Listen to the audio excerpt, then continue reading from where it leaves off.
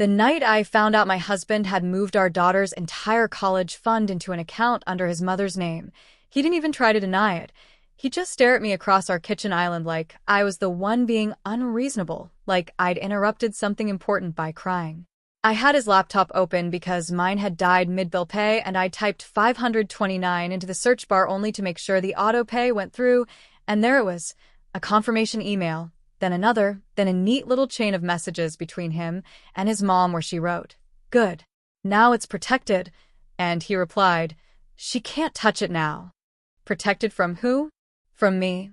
The woman who carried our daughter, who sat up nights with her fevers and wrote the checks and packed the lunches and drove the carpool and tracked every dollar like it mattered because it did. My hands went numb and hot at the same time, the way they do right before you drop something, and I remember thinking, absurdly, that the tile floor looked too clean for what was happening in our lives. "Tell me this is fake," I said, and my voice sounded calm, like I was ordering coffee, because shocked as that turns your body into a stranger. He exhaled hard and rubbed his forehead and said, "It's not fake." And then, like he was offering a compromise, "But it's still for Lily." He said our daughter's name like it was a shield he could hide behind. I kept scrolling, watching the timestamps, seeing how methodical it was. Forms, signatures, notarization, transfers, a new beneficiary designation that could be changed with a phone call. My stomach rolled when I realized how long he'd been planning it. And the worst part wasn't even the money at first. It was the sentence that followed in the email thread, the one that made my throat close. "Now if she leaves without taking what isn't hers." I looked up at him and felt something inside me tear with a clean, awful rip, the way fabric gives when you pull too hard. "You are planning for me to leave," I said, not as a question but as a realization. He didn't say no. He didn't rush over, didn't reach for my hands, didn't look ashamed. He just said, "You've been acting unpredictable." Unpredictable. Because I'd asked him to stop letting his mother dictate our weekends. Because I'd told him I didn't want to refinance our house to help her buy a condo in Florida. Because I'd asked why he always needed her approval for everything, even what we named our dog. I could feel my pulse in my ears. I could hear the refrigerator hum, steady and indifferent. And then his phone buzzed on the counter, and I watched him glance at it, and I saw her name, Diane, like an alarm light. He looked at me and then at the phone, torn for half a second, and that half second told me exactly where I ranked. He picked it up and stepped away, and as he answered, softening his voice the way he always did for her, I realized I was standing in the ruins of a marriage I thought was built on partnership, but was actually built on a quiet alliance between a mother and her son, with me as the outsider they tolerated until I became inconvenient. If you'd asked me a year earlier whether my husband would ever do something like that, I would have said no with the same confidence I used when I told Lily monsters weren't real. Mark and I met in Columbus in our mid-20s, both of us new hires at the same logistics company, both exhausted by the same fluorescent-lit onboarding sessions, both laughing too loudly at the same dumb jokes because it felt like relief. He was attentive then, the kind of man who remembered your coffee order and sent "drive safe" texts and made you feel chosen. Diane was always there, but in the early days it felt like a quirk, not a warning sign. A close family, Sunday dinners, a mother who loved her son. She hugged me the first time I met her and held on a beat too long, then stepped back and looked me over like she was evaluating a piece of furniture for scratches. She told me, "Mark's always been sensitive," like it was a compliment and a caution. When Mark proposed, he did it in the park with Lily's ultrasound photo tucked into the box because we just found out I was pregnant, and everyone cried and Diane cried the loudest, hands to her chest like she was the main character in the moment. In photos from that day, you can see her face behind us, smiling so wide it almost looks like pain. After Lily was born, Diane inserted herself in ways that were subtle enough to dismiss if you wanted to keep the peace. She'd drop by with casseroles but stay for 4 hours, repositioning Lily in my arms like I didn't know how to hold my own baby. She'd tell me Lily's cries meant she was cold, then insist Mark bring over the blanket Diane bought because Diane's blanket was better. She'd ask Mark in front of me, "Are you getting any sleep?" With that pointed tilt, the implication hanging in the air that I was failing him. Mark would laugh awkwardly, squeeze my shoulder, and say, "Mom, we're fine." But later, when we argued in whispers in the bedroom, he'd say, "She's just worried." Like worry excused everything. As Lily grew, Diane's influence didn't fade, it tightened. She started calling Mark multiple times a day, sometimes just to tell him about a neighbor's dog, sometimes to check in, always with the expectation he'd answer immediately. If he didn't, she'd text, "Are you alive?" And then, "I guess you're too busy for your mother now." Mark would bristle and then comply, like a leash-snapping tot. I tried so hard to be reasonable. I suggested boundaries in the gentlest language I could find. I said, "Can we have one weekend a month, just us?" And he heard, "I hate your mom." I said, "I don't want Diane showing up unannounced." And he heard, "You're choosing between me and her." Diane would do this thing where she'd praise me in public and undermine me in private. At birthday parties, she'd announce, "Emily is such a good mother." And later she'd corner Mark in the hallway and whisper loudly enough for me to hear, "Lily seems thin. Is she eating enough? Maybe you should handle her meals." Mark didn't see it as manipulation because it was dressed up as concern, and Mark was trained, by decades of Diane, to treat her concern as law. Slowly, I became the person who overreacted, the person who made things tense, the person who couldn't just let it go. And I kept letting it go because we had a daughter, and because I believed love was patience, and because I didn't yet understand that patience can be used against you when someone benefits from you staying quiet. Looking back, the patterns were so obvious they almost embarrass me, like realizing you've been reading a sign upside down for years. Diane never said, "I don't like you." She said things like, "You're different than what I pictured for Mark," and "I worry you're not as family-oriented as we are," when I suggested we spend Thanksgiving morning at my parents' place too. She'd offer help that came with strings attached, like paying for a new washing machine as a gift, then later telling Mark, "After everything I do for you, you can't even come over on a Tuesday?" She kept a mental ledger, and Mark was always in debt. When Mark got promoted, Diane acted like she'd earned it. She posted about it on Facebook before we told some of our friends, captioning it, "My son is going places," with a photo of him alone, cropped so my arm around him wasn't visible. When I was up for a management role, she told Mark, "That would be a lot for a mother. Lily needs stability," and somehow my ambition became a threat to my child. Mark started using Diane's phrasing without realizing it. He'd say, "We just need stability," when I asked why we couldn't take a weekend trip without inviting Diane. He'd say, "Mom thinks it's better," when I questioned a decision that should have been ours. The most insidious part was how Diane positioned herself as the reasonable one and me as the emotional one. If I cried, it was proof I was unstable. If I got angry, it was proof I was irrational. If I stayed calm, it was proof I wasn't passionate about family. There was no way to win because the game wasn't designed for me to win. It was designed for me to keep playing. And Mark, God, Mark, wasn't a villain in a dramatic, obvious way. He was a slow leak. He'd apologize after fights, bring flowers, promise we'd do better, and then the next day he'd answer Diane's calls like nothing happened. He'd tell me, "You're my wife," but his actions kept translating it into, "You're my wife as long as it doesn't cost me my mother's approval." When Lily was 5, Diane started talking openly about protecting Mark. She'd say it with a laugh at family gatherings, like it was a joke, but her eyes would stay fixed on me. "You never know these days," she'd say. "Men lose everything in divorce." Divorce. The word landed like a threat wrapped in a warning label. Mark would chuckle uncomfortably and say, "Mom," but he never shut it down with the firmness it needed, never said, "That's not okay." Instead, he'd tell me later, "She's old school," like that made it harmless. Around that time, Mark also began steering financial conversations away from me. We used to sit together and plan mortgage, savings, Lily's 529. Then he started saying, "I've got it." And if I pressed, he'd accuse me of not trusting him. He'd make me feel guilty for wanting transparency in my own life. He'd say, "I handle the investments better," because he liked numbers and I liked order, and those preferences became hierarchies. Meanwhile, Diane started giving Mark advice about finances, casually mentioning friends who protected assets and lawyers who help men not get taken.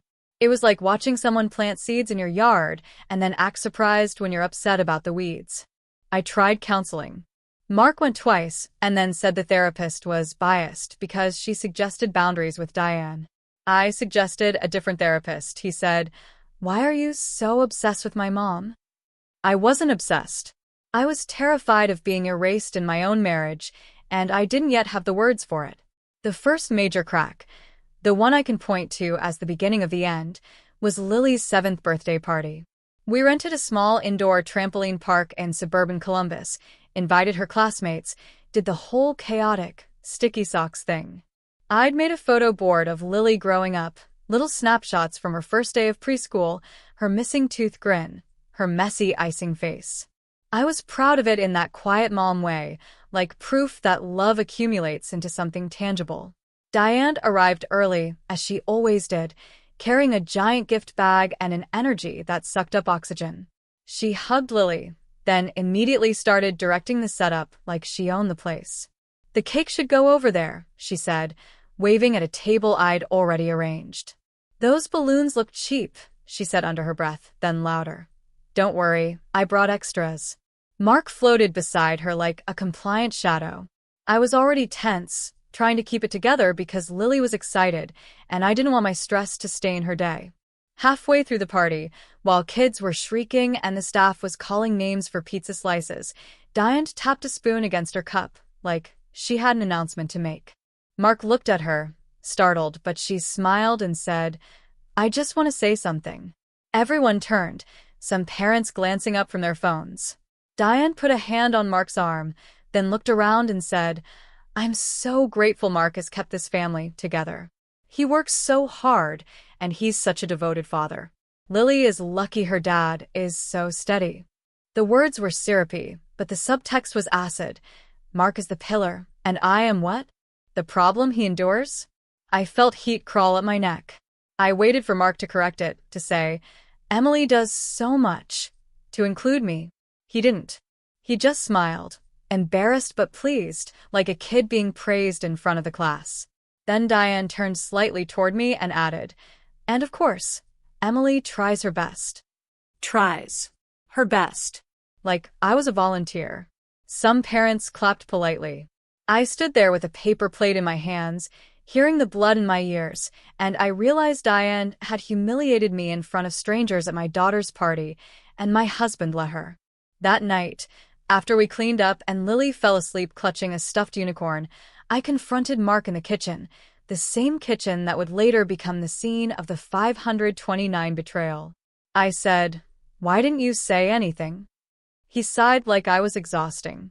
"Because it wasn't a big deal," he said. "It was a compliment." I stared at him and said, "She called me incompetent in front of people." He shrugged. "You're reading into it. Reading into it." That phrase became his way of erasing my reality. After that, the escalations came faster, like once Diane sensed she could push me publicly, she started doing it more. She invited Mark and Lily to grandma weekends without telling me, framing it as bonding time, and when I objected, Mark said, "Lily loves it." I wasn't angry that Lily loved her grandmother. I was angry that my consent didn't matter. Diane also began asking Mark about our accounts openly, in front of Lily, as if money was her business. "How much are you putting in Lily's college fund?" she asked once at dinner, and when I said, "We contribute monthly," Diane waved her hand and said, "Mark will know the numbers." Mark answered. I felt my face go cold. Later I told him, "That's not okay." He said, "She's just interested." Interest became entitlement. Then came the refinance pressure. Diane wanted a condo in Naples, said she deserved it after raising a son like Mark. She didn't have enough saved, but she had a plan. We could refinance our house, pull equity, loan her the money, and she'd pay us back when her old house sold. Except it never sold because she kept raising the price, convinced it was worth more because the market is crazy. Mark started running numbers like it was a fun puzzle. I said no. I said it calmly, firmly, repeatedly. Diane called me selfish to Mark, and he repeated it back to me during a fight, his voice sharp with borrowed anger. The more I resisted, the more I became the obstacle in their shared narrative, and I could feel them tightening ranks, whispering in corners, texting in a way that stopped when I entered the room. I started having that sinking feeling when you walk into a conversation, and everyone goes quiet, like you're the punchline. By the time I discovered the college fund transfer, the betrayal was already layered under months of smaller betrayals, but that one was the irreversible action, the one that turned my fear into certainty. After Mark took Diane's call and left the kitchen, I followed him down the hallway, my body moving like it wasn't mine, and I heard him say, "Yeah, she found out," in a tired tone, as if I'd discovered a surprise party, not financial sabotage. Diane's voice crackled faintly through the speaker, sharp even at a distance, and she said something like, "Stay calm. Don't let her bait you." Bait you? Like my shock was a trap. Mark saw me and turned his back, lowering his voice, and something in me snapped in a very quiet, very dangerous way. I walked into our bedroom, shut the door, and sat on the edge of the bed with my hands pressed flat on my thighs, forcing myself to breathe.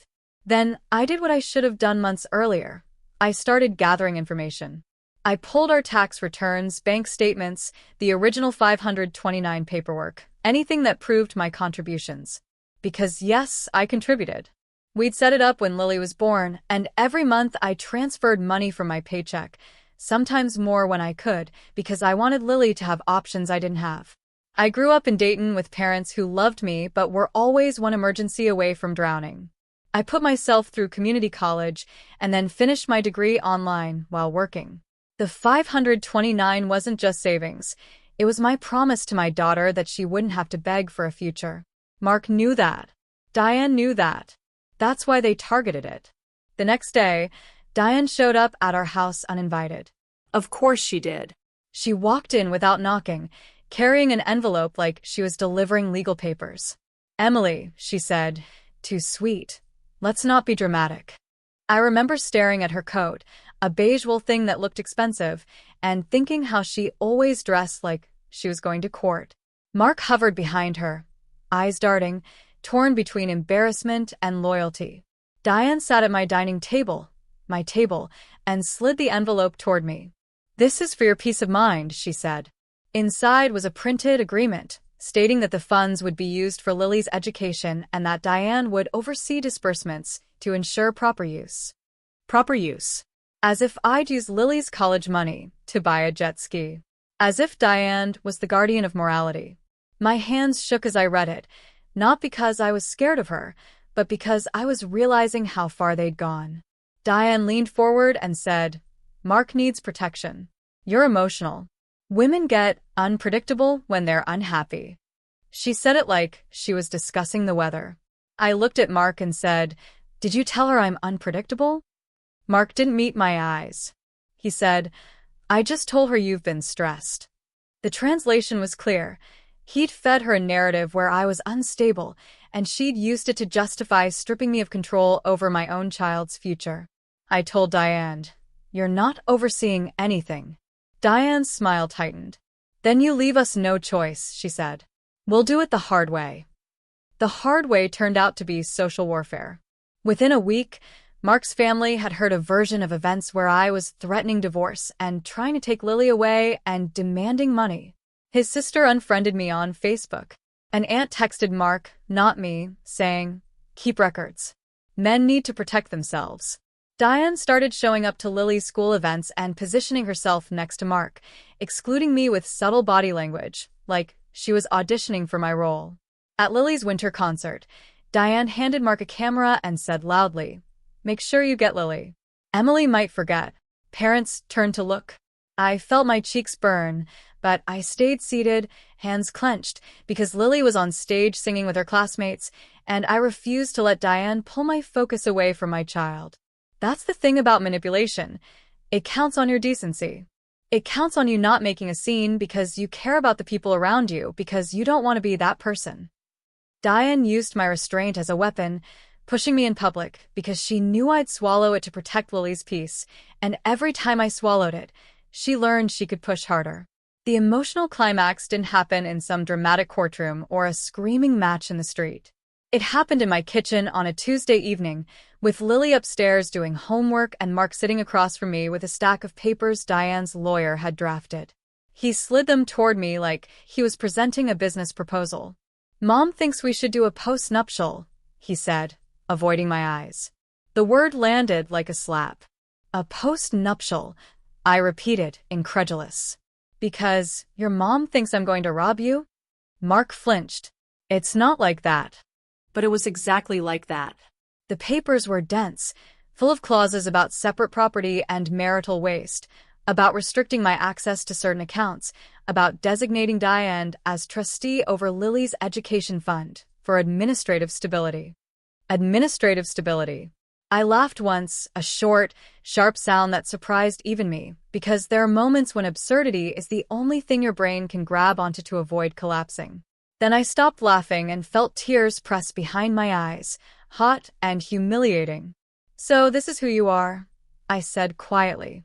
Mark finally looked up, and his eyes were tired, and for a second I saw the little boy in him that Diane still controlled.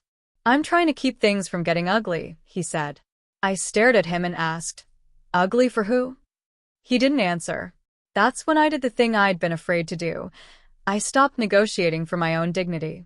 I pulled out my folder, organized, labeled, months of records, and I opened my phone to the email thread I'd forwarded to myself the night I found it. I'd been gathering, preparing, not because I wanted war, but because I needed reality to be documented when they tried to rewrite it. I turned the screen toward him and said, "I have everything." Mark's face drained of color. "You went through my emails?" he whispered, like that was the betrayal. I said, "You moved our daughter's future into your mother's name behind my back. Don't pretend privacy is your concern." Mark swallowed hard. "Mom said it was necessary," he said, and there it was, the final proof that he wasn't acting as my partner at all. He was acting as Diane's agent. Then the truth came out in pieces, like a dam cracking. I told him I'd spoken to a lawyer. His head snapped up. "You did what?" I told him I wasn't signing anything, and that I wanted the 529 returned to joint control or to an arrangement that legally protected Lily with neither Diane nor Mark having unilateral power. Mark's hands started shaking, and he said, "If you do this, you'll destroy my relationship with my mom." I looked at him and felt something like grief settle heavy in my chest, because in that sentence he told me that my daughter's financial security and my marriage were both secondary to Diane's feelings. "You already destroyed it," I said. "You just did it slowly and called it peace." That's when Diane showed up, because Mark had texted her, because of course he had, because in his mind she was the authority you call when things go wrong. She walked in briskly, saw the papers, saw my folder, and her eyes narrowed. "What's this?" she demanded. Mark started to speak, stumbling, but I cut in and said, "I know you took Lily's college fund." Diane's mouth tightened. "It's still Lily's," she said. "You're being hysterical." Hysterical. The old word, the one used to dismiss women for centuries. Something in me went very still. "Diane," I said, and my voice surprised me with its calm, "you are not Lily's parent. You don't get to oversee her money. You don't get to decide what my family does. And you don't get to call me hysterical, because I won't let you steal from my child." Diane's eyes flashed. "Steal?" she hissed, like I'd insulted her bloodline. Mark jumped in. "Emily, don't." And Diane said, "After everything I've done, you accuse me of stealing?" I stood up, palms flat on the table, leaning forward, and said, "You didn't do it for Lily. You did it to punish me and to keep Mark tethered to you." Diane's face went red. "How dare you?" she snapped. "Mark, are you going to let her talk to me like this?" And Mark, God help him, looked at me, then at his mother, and for one terrible second I saw him choose. He turned to Diane and said, "Maybe you should go," and Diane stared at him like he'd slapped her. The room went silent except for the furnace kicking on. Diane's voice dropped into something icy. "Fine," she said. "But don't come crawling back when she takes you for everything." She pointed at me and said, "This is what she is." Then she left, slamming the door so hard a framed photo in the hallway tilted crooked. Mark sank into a chair, shaking, and whispered, "You don't understand what she's like." And I looked at him and thought, I understand exactly what she's like. What I didn't understand until now was what you're like. Consequences didn't arrive as instant justice. They arrived as a series of choices that felt like swallowing glass and then realizing you can still breathe. The next morning, I called my lawyer and told her I was ready. I filed for legal separation first, because I needed immediate boundaries while keeping things stable for Lily, and because I wanted to make sure I didn't make a financial move that could backfire. My lawyer sent a formal demand regarding the 529 and any custodial changes. Suddenly, Diane's protected account didn't look as untouchable when a professional with letterhead started asking questions about marital contributions and intent. Mark reacted the way people react when the ground finally gives out beneath denial. He begged, then raged, then begged again. He told me I was overreacting. He told me I was breaking up Lily's home. He told me Diane meant well. I stopped responding to Diane-based arguments entirely. I spoke only in facts. You transferred the account without my consent. You involved your mother in marital finances. You allowed her to humiliate me. You attempted to restrict my access through a post-nuptial I did not request. Facts are hard to manipulate because they don't need emotion to be valid. Mark tried to lure me back into the old dance, me defending my feelings, him calling them irrational, but I refused. I also sat down with Lily in a way that was careful and age-appropriate. I told her, Mom and Dad are having grown-up problems, and it's not your fault. We both love you, and you'll be okay. I did not poison her against her father. I did not make Diane the villain in Lily's eyes. But I did begin protecting Lily from Diane's influence. I told Mark in writing that Diane was not to be present at custody exchanges and that she was not to pick Lily up from school. Mark exploded. You can't do that, he said. I replied, watch me. Because the truth is, you can do a lot when you stop asking permission from people who benefit from your silence. Diane tried her own tactics. She left voicemails calling me vindictive and unstable. She sent texts about grandparents' rights, sprinkled with vague legal threats, as if she could scare me into compliance. My lawyer told me what mattered: document everything, respond through counsel, and keep Lily's well-being central.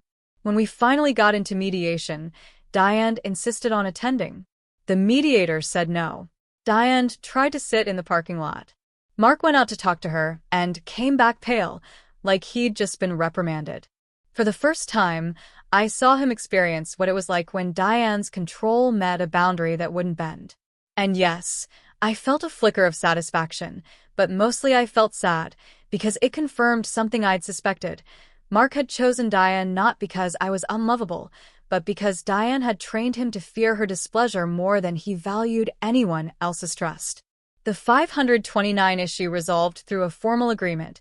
The account was restructured so that neither Mark nor Diane could unilaterally change beneficiary or withdraw funds without the other parent's consent and documentation of qualified expenses. Diane was removed entirely from any custodial role. That wasn't a triumph. It was a necessity. Mark moved into an apartment nearby. Lily split time between us. I set up my home to feel steady. Consistent routines, quiet dinners, homework at the table, weekends that were ours without surprise drop-ins. I blocked Diane on my phone. I told Mark that communication would be through a parenting app unless it was an emergency. He accused me of being cold. I told him, I'm being safe. Sometimes boundaries look like cruelty to people who rely on your access to you. I also started therapy, not because I wanted someone to tell me I was right, but because I needed to untangle the way I'd been trained in my marriage to doubt my own instincts. Week by week, I felt myself returning to myself, like a limb waking up after being asleep too long. By the time the dust settled, the quiet felt almost suspicious, like my nervous system didn't trust peace because chaos had been normal for so long. In the beginning, I'd wake up expecting a text from Diane, expecting Mark to demand something, expecting the other shoe to drop. Instead, mornings became predictable. I made Lily's lunch. We talked about spelling tests and what she wanted to be when she grew up, and I watched her shoulders relax in a home where adults weren't constantly negotiating power. Mark showed up for pickups on time. He stopped bringing Diane's commentary into our exchanges because I wouldn't engage. Over months, he started to sound different, less scripted. He admitted once, quietly, that Diane had been calling him nonstop and that he'd started letting it go to voicemail. I didn't celebrate. I just nodded and said, "That's your choice." Because it was important to me not to become Diane in reverse, not to replace her control with mine. Mark asked if we could try counseling again. I said no. Not because I hated him, but because I finally understood that a marriage can't survive when one person keeps a secret alliance with someone outside it, and because trust isn't a house you can rebuild while the foundation is still cracking. I told him I wanted to co-parent respectfully, and that was all. He cried. I didn't. Not because I was heartless, but because my tears had been used as evidence against me for too long, and I no longer needed to prove my pain for it to be real. Diane, predictably, blamed me for everything. She told people I alienated her. She posted vague quotes online about betrayal and ungrateful women. It used to make my skin crawl. Now it felt like background noise from a radio in another room. The real closure came in smaller moments. Lily asking if we could decorate the Christmas tree, just us, and me saying yes, without checking with anyone. Opening the 529 statements and seeing clear, legally protected structure, sitting in my car after a school event and realizing my chest wasn't tight. One evening, months after the separation, Lily was brushing her teeth and called out, "Mom?" I went to the doorway and she said, "Are we okay now?" Her eyes were wide, earnest, the kind of question that breaks you open. I sat on the edge of the bathtub and said, "Yes, sweetheart. We're okay." And I meant it in a way I'd never been able to mean it before, because okay wasn't dependent on Mark choosing me, or Diane approving me, or anyone recognizing how hard I'd tried. Okay was something I built with boundaries and clarity and courage, and the willingness to be the bad guy in someone else's story if it meant being the protector in my daughter's. I still grieve what I thought my marriage was. I still sometimes see Mark's face from that night in the kitchen and feel a dull ache, not for the man he became, but for the man I believed he was when he knelt in the park and promised forever. But grief and relief can coexist. And if there's justice in my ending, it isn't that Diane got publicly shamed or that Mark got punished. It's that I stopped handing my life over to people who saw my love as leverage. It's that Lily's future is secured by law and by a mother who finally trusts herself. It's that my home is quiet in the best way, the way quiet feels when it's not emptiness but safety. And when I think about that email, "She can't touch it now," I sometimes smile, not because it was funny, but because they were wrong. I touched it. I touched all of it. I touched the truth. I touched my power. And I didn't let go.